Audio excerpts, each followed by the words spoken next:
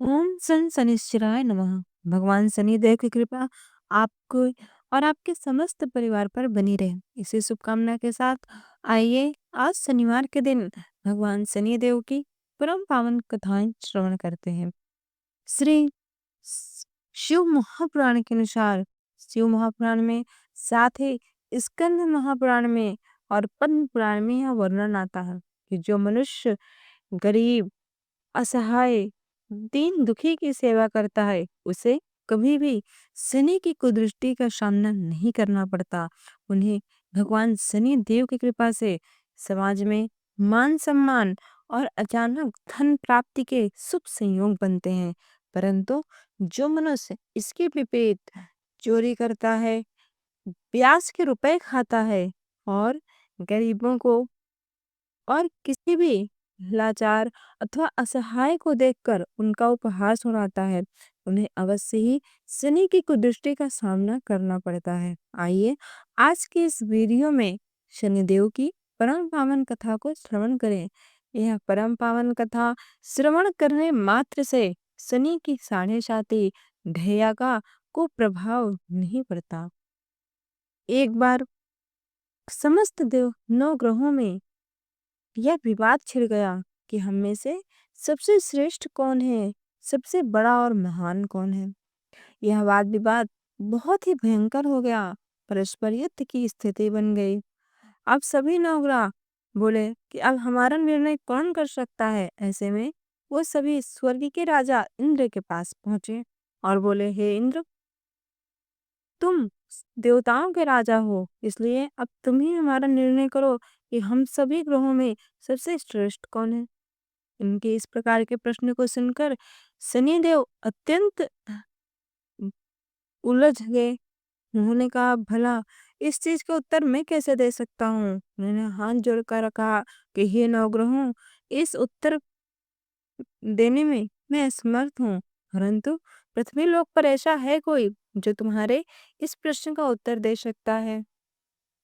सभी ग्रहों ने एक साथ बोला, पृथ्वी लोक में ऐसा कौन है जो ये बता सकता है। तब इंद्र बोले कि पृथ्वी लोक में इसमें उज्जैन नगरी में राजा विक्रमादित्य हैं। चलिए, मैं भी आपके साथ चलता हूँ, वहीं पे ये निर्णय होगा। अब देवराज इंद्र सहित सभी नौ ग्रह यानी नवग्रहों उज्जैन नगरी में आए। महल में पहुंचकर जब नौ ग्रहों और देवराज इंद्र को विक्रमादित्य ने देखा तो उनका मान सम्मान किया, बड़े ही आदर के साथ उन्हें आसन पर बैठाया। परंतु जब नवग्रहों ने राजा विक्रमादित्य से प्रश्न किया तो उनके प्रश्न को सुनकर राजा विक्रमादित्य भी विचलित हो गए और उन्होंने कहा कि आप सभी लोग अपनी अपनी शक्तियों के कारण महान हैं, इसमें कोई संदेह नहीं है। परंतु वो नौकरा कहने लगे कि हे राजन, आपको हम में सबसे श्रेष्ठ कौन है, इसका निर्णय तो करना ही पड़ेगा।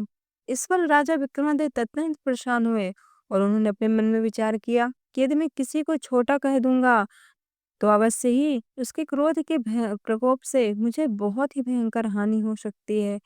परंतु अब राजा विक्रमादित्य को न्याय तो करना ही था, अतः उन्होंने एक उपाय सूझा।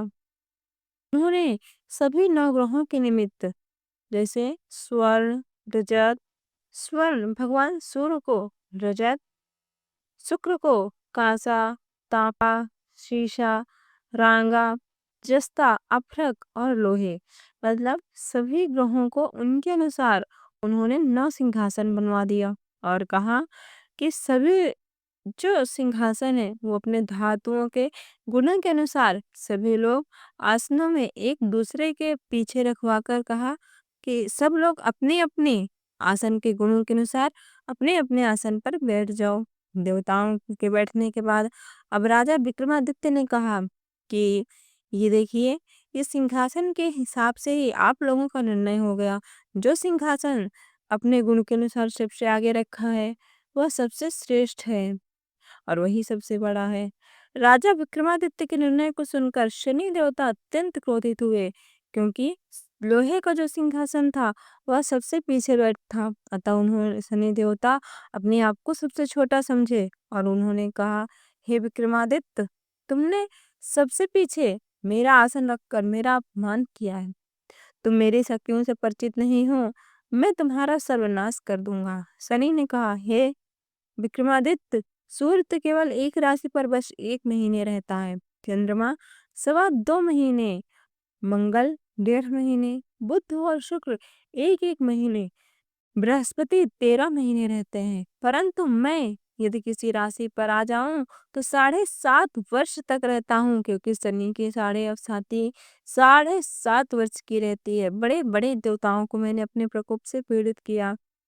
राम को साढ़े साथी के कारण ही वन वन भटकना पड़ा। रावण को साढ़े साथी के कारण ही युद्ध में मृत्यु का शिकार बनना पड़ा। हे राजन, अब तुम भी मेरे प्रकोप से नहीं बच पाओगे। इसके बाद अन्य ग्रहों के देवता तो बड़ी प्रसन्नता के साथ चले गए, परंतु शनिदेव के क्रोध के साथ वहां से विदा हुए। अब राजा विक्रमादित्य अब पहले की तरह ही न्याय करते थे। उन्होंने पहले की तरह ही अपने राज्य में न्याय व्यवस्था फैलाए थे। उनके राज्य में सभी स्त्री पुरुष बहुत ही आनंद से अपना जीवन बिता रहे थे। कुछ दिन बाद उनके राज्य में शनि देवता बदला लेने के लिए एक घोड़े का रूप, जो घोड़े का व्यापारी होता है, उसका रूप धर कर आए। बहुत से घोड़े अच्छे अच्छे उज्जैन नगरी में लेकर पहुंचे। राजा विक्रमादित्य ने राज्य में किसी घोड़े के व्यापारी के आने का समाचार सुना तो उन्होंने अपने भी अश्वपालों को बोला कि जाओ वहां से तुम भी कुछ घोड़े खरीद लाओ। वो घोड़े बहुत ही कीमती थे। अश्वपाल ने जब वापस लौटकर इस संबंध में राजा को बताया तो राजा विक्रमादित्य स्वयं गए और वहां से एक अत्यंत सुंदर और सबसे शक्तिशाली घोड़े को पसंद किया। घोड़े की चाल देखने के लिए राजा उस पर सवार हुए तो वह घोड़ा बिजली की गति से तेज दौड़ा। तेज दौड़ते दौड़ते वह घोड़ा राजा को एक दूर जंगल में, सुनसान जंगल में ले गया और फिर राजा को वहीं जंगल में गिराकर अंतर ध्यान हो गया। राजा अपने नगर को लौटने के लिए जंगल में भटकने लगे, परंतु उन्हें अपने नगर जाने का कोई रास्ता नहीं दिख रहा था।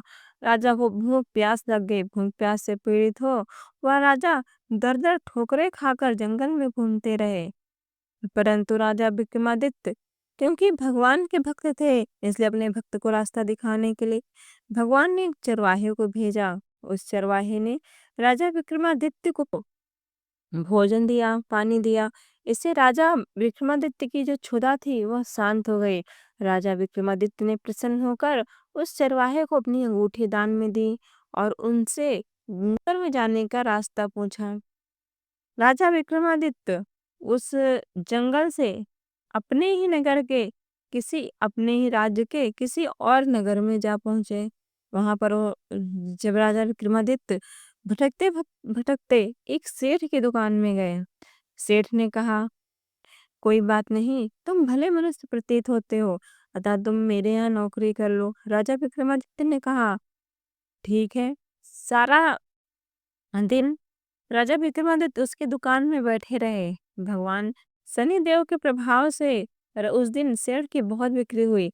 अतः सेठ ने प्रसन्न होकर कहा कि आज तुम्हारी वजह से मेरी बहुत बिक्री हुई, अतः तुम मेरे घर चलो और मेरे घर चलकर ही भोजन करो। सेठ इस प्रकार राजा विक्रमादित्य को अपने घर ले गया और वहां भोजन करा रहा था। तब जहाँ भोजन करा रहा था विक्रमादित्य को, वहीं खूंटे पर एक हार लटका हुआ था। उस हार को देखकर राजा ने देखा कि वह हार खूंटी निगल रही है। देखते ही देखते राजा विक्रमादित्य के देखते ही देखते उस खूंटी ने पूरा हार निगल लिया। परंतु सेठ आया तो उसने खूंटी पर नौलखा हार नहीं देखा।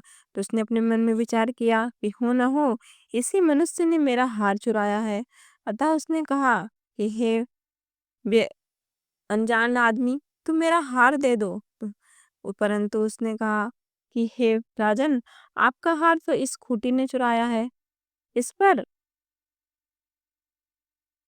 सेठ ने कहा, तुम मुझे बेवकूफ समझते हो, मैं तुम्हें अभी इसी वक्त राजा से सजा दिलवाता हूँ। अतः उसने सिपाहियों को बुलाया और उसे राजा को उस नगर के राजा को दे दिया।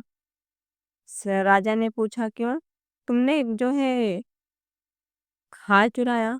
परंतु राजा विक्रमादित्य ने कहा कि नहीं, मैंने नहीं चुराया। मेरे देखते ही देखते उस खूंटी ने हार निगल लिया। यह सुनकर राजा अत्यंत क्रोधित हुआ और अपने सिपाहियों से कहा कि इसके हाथ पांव काट दो और इसे नगर की सड़क पर छोड़ दो भीख मांगने के लिए। राजा के आदेशानुसार राजा विक्रमादित्य के हाथ पांव काट कर सड़क पर छोड़ दिया गया। राजा विक्रमादित्य वहीं सुई सड़क पर पड़े पड़े भगवान नाम का स्मरण करते रहे। कुछ दिनों बाद उस नगर से होकर एक तेली अपने घर को जा रहा था। उसने देखा कि एक इंसान ऐसा है जिसके हाथ पांव नहीं है। अतः उसने उस विक्रमादित्य को अपने कोल्हों पर बैठाया और उसे कहा कि तुम आवाज देना, इससे बैल चलते रहेंगे और मैं तुम्हें भोजन देता रहूंगा। इस प्रकार वह राजा विक्रमादित्य को अपने महलों में ले गया। शनि और कोल्हू पर बैठा दिया। रा, अब राजा विक्रमादित्य जो एक राजा थे, परंतु आज शनि के प्रकोप से उनका हाथ पैर कट गया। अब तो कोल्हू पर बैठकर बैल हाँकते थे। इस प्रकार वर्षा ऋतु आरंभ हुई और वर्षा ऋतु आरंभ होने पर शनि के प्रकोप का पूरे 7.5 वर्ष पूरा हो गया। इसी प्रकार राजा विक्रमादित्य एक रात मेघ मल्हार गा रहे थे। तभी उस नगर के राजा की लड़की राजकुमारी मोहिनी रथ पर सवार हो उस तेली के घर के पास से गुजरी। उन्होंने मेघ मल्हार सुना तो वह उन्हें अत्यंत मधुर लगा। उन्होंने दासी को भेजकर कहा कि जो यह गाना गा रहा है उसे बुला लाओ। दासी ने लौटकर राजकुमारी को बताया कि हे महाराज कुमारी, वह अपंग है। राजकुमारी उसके मेघ हुलार से बहुत मोहित हुई थी। अतः उन्होंने यह जानकर भी कि अपंग है, तब भी उन्होंने उसी से विवाह करने का निश्चय किया। राजकुमारी के जब माता पिता को इस बात का पता चला तब वो अत्यंत हैरान हुए। उन्होंने कहा कि अरे बेटी, वह अपंग है। तुम तुम्हारे भाग्य में किसी चक्रवर्ती सम्राट की पत्नी होने का सौभाग्य है। तुम उस अपंग से विवाह क्यों करना चाहते हो? तुम जानबूझकर अपने ही पैर पर क्यों कुल्हाड़ी मार रही हो? परंतु राजकुमारी ने अपनी जिद नहीं छोड़ी। उन्होंने कहा, हे पिताजी, मुझे विवाह उसी से करना है, अन्यथा मैं अपनी प्राण त्याग दूंगी। और उन्होंने भोजन और जल इत्यादि त्याग दिया। आखिर राजा रानी को विवश होकर अपंग विक्रमादित्य से राजकुमारी का विवाह करना पड़ा। विवाह के बाद राजा विक्रमादित्य और राजकुमारी उसी तेली के घर में ही रहने लगे। उसी रात स्वप्न में शनिदेव ने राजा से कहा कि हे राजन, तुमने मेरा प्रकोप देख लिया।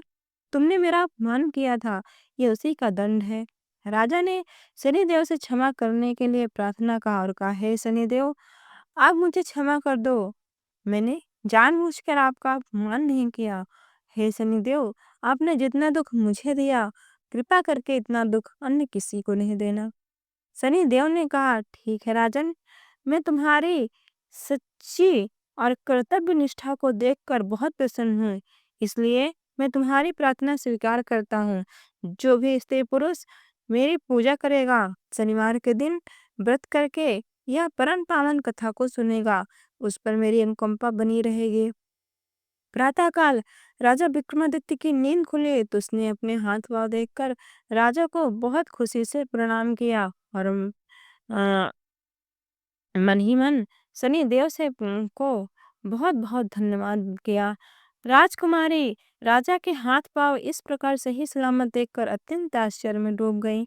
तब राजा विक्रमादित्य ने राजकुमारी को अपना परिचय देते हुए शनिदेव के प्रकोप की सारी कहानी सुनाई। रानी यह सब कहानी सुनकर अत्यंत हर्षित हुई। जब सेठ को इस बात का पता चला तो वह दौड़ता हुआ तेली के घर पहुंचा और राजा के चरणों में गिरकर क्षमा प्रार्थना करने लगा। राजा ने उसे क्षमा कर दिया और कहा कि यह सब तो शनि देव के प्रकोप के कारण हुआ था, इसमें आपका कोई गलती नहीं है। सेठ राजा को अपने घर ले गया और उसे भोजन कराया। भोजन कराते समय वहां एक आश्चर्यजनक घटना घटी। सबके देखते ही देखते जो हार उस खूंटी ने निगला था, आज सबके देखते देखते उसने वह हार उगल दिया। सेठ जी ने अपनी गलती की क्षमा प्रार्थना के लिए अपने बेटे का विवाह भी राजा के साथ कर दिया और बहुत सा स्वर्ण आभूषण धन आदि देकर राजा को विदा किया। इस प्रकार राजा विक्रमादित्य राजकुमारी मोहिनी और सेठ की बेटी के साथ उज्जैन पहुंचे तो नगर वासियों ने बड़े ही हर्ष से उनका स्वागत सत्कार किया। अगले दिन राजा विक्रमादित्य ने पूरे राज्य में यह घोषणा कराई कि शनिदेव सब देवों में सर्वश्रेष्ठ हैं। प्रत्येक स्त्री पुरुष शनिवार को उनका व्रत करके उनकी व्रत कथा को अवश्य श्रवण करें। राजा विक्रमादित्य की इस प्रकार की घोषणा से शनिदेव बहुत ही प्रसन्न हुए और शनिवार का व्रत करने और शनिवार के दिन यह परम पावन कथा को सुनने के कारण सभी लोगों की मनोकामनाएं पूर्ण होने लगी। शनिदेव की अनुकंपा से उनके राज्य में भी अब तो सब लोग बहुत ही सुख एवं आनंद पूर्वक रहने लगे। तो एक बार प्रेम से बोलिए भगवान शनिदेव की जय। अथ शनि चालीसा। जय गणेश गिरिजा सुमन मंगल करणी कृपाल दीनन के दुख दूर करी जय नाथ निहाल। जय जय श्री शनिदेव प्रभु सुनो विनय महाराज करहु कृपा हे रवि तने राखहु जन की लाज। जयति जयति शनिदेव दयाला करत सदा भक्तन प्रतिपाला। चारि भुजा तन श्याम विराजे माथे रतन मुकुट छवि छाजे। भरम विशाल मनोहर भाला त्रेणी दृष्टि भ्रकुट विकराला। कुंडल श्रवण चमा चम चमके हियमाल मुक्तन मणिदम के। कर में गदा त्रिशूल कुठारा पल बिच कर अरहि संघारा। पिंगलो कृष्णो छाया नंदन यम कोणस्थ रौद्र दुख भंजन। सौरी मंद शनि दस नामा भानुपुत्र पूजहि सब कामा। जा पर प्रभु प्रसन्न है जाहि रंग कहु राव करे छड़ माही। पर्वतहु तृण होई निहारत तृणहु को पर्वत कर डारत। राज मिलत बन राम ही दीन हो कह के कीमति हर लीन हो। बनहु में मृग कपट दिखाई माँ तो जान की गई चुराई। लख नहीं सकते विकल कर डारा मचिगा दल में हाहाकारा। रावण की गति मत बोराई रामचंद्र सो बैर बढ़ाई। दियो काट कर कंचन लंका बज बज रंग वीर की डंका। नृप विक्रम पर तू पग उधारा चित्र मयूर निगल गए हारा। हार नो लखा लाग्यो चोरी हथ पैर डरवाव्यो तोरी। भारी दसान किष्ट दिखायो तेलहि घर को लूह चलवायो। विनय राग दीपक मग कीन्यो तब प्रसन्न प्रभु सुख दीन्यो। हरिश्चंद्र निप नारि बिकानी आपे हो भरे डोम घर पानी। तासे नल पर दशा सिरानी भूंजी मीन कूद गई पानी। श्री शंकर ही गयो जब जाई पार्वती को सती कराई। तनिक बिलोकत ही करी रीसा नभ उड़ गयो गोरी शुत सीसा। पांडव पर भय दशा तुम्हारी बची द्रौपदी होती उघारी। कौरव के भी गतिमति मारे युद्ध महाभारत कर डार्यो। रवि कह मुख मह धरि तत्काला लेकर कूदी पर्यो पताला। शेष देव लख बिनती लाई रवि को मुख ते दियो छुड़ाई। वाहन प्रभु के साथ सुजाना जगदिग्गज गर्दभ मृग श्वाना। जम्बुक सिंह आदि नखधारी सो फल ज्योतिष कहत पुकारी। गजवाहन लक्ष्मी गृह आवे है ते सुख संपत्ति उपजावे। गर्दभ हानि करे बहु काजा सिंह सिद्ध कर राज समाजा। जम्बुक बुद्धि नष्ट कर डारे मृग ते कष्ट प्राण संहारे। जब आवहि प्रभु स्वाने सवारी चोरी आदि होए डर भारी। तय सही चारि चरण यह नामा स्वर्ण लौह चांदी अर तामा। लौह चरण प्रभु जब प्रभु आवे धन जन संपत्ति नष्ट करावे। समता ताम्र रजत शुभकारी स्वर्ण सर्व सुख मंगल भारी। जो यह शनि चरित्र नित गावे कबहु न दशा निकृष्ट सतावे। अद्भुत नाथ सता दिखावे लीला करें शत्रु के नसिबल ढीला। जो पंडित योग भुलवाई विधवत शनि ग्रह शांत कराए। पीपल जल शनि दिवस चढ़ावत दीप दान दय बहु सुख पावत। कहते राम सुंदर प्रभु दासा शनि सुमिरत दुख शनि सुमिरत सुख होते प्रकाशा। पाठ शनिश्चर देव को कि हो भक्त तैयार करत पाठ 40 दिन, हो भव सागर पार। प्रेम से बोलिए शनि महाराज की जय। मित्रों, यदि यह परम पावन कथा आपको अच्छी लगी हो तो वीडियो को लाइक शेयर अवश्य करें। चैनल पर नए हैं तो चैनल को सब्सक्राइब कर बेल आइकॉन प्रेस करना ना भूलें।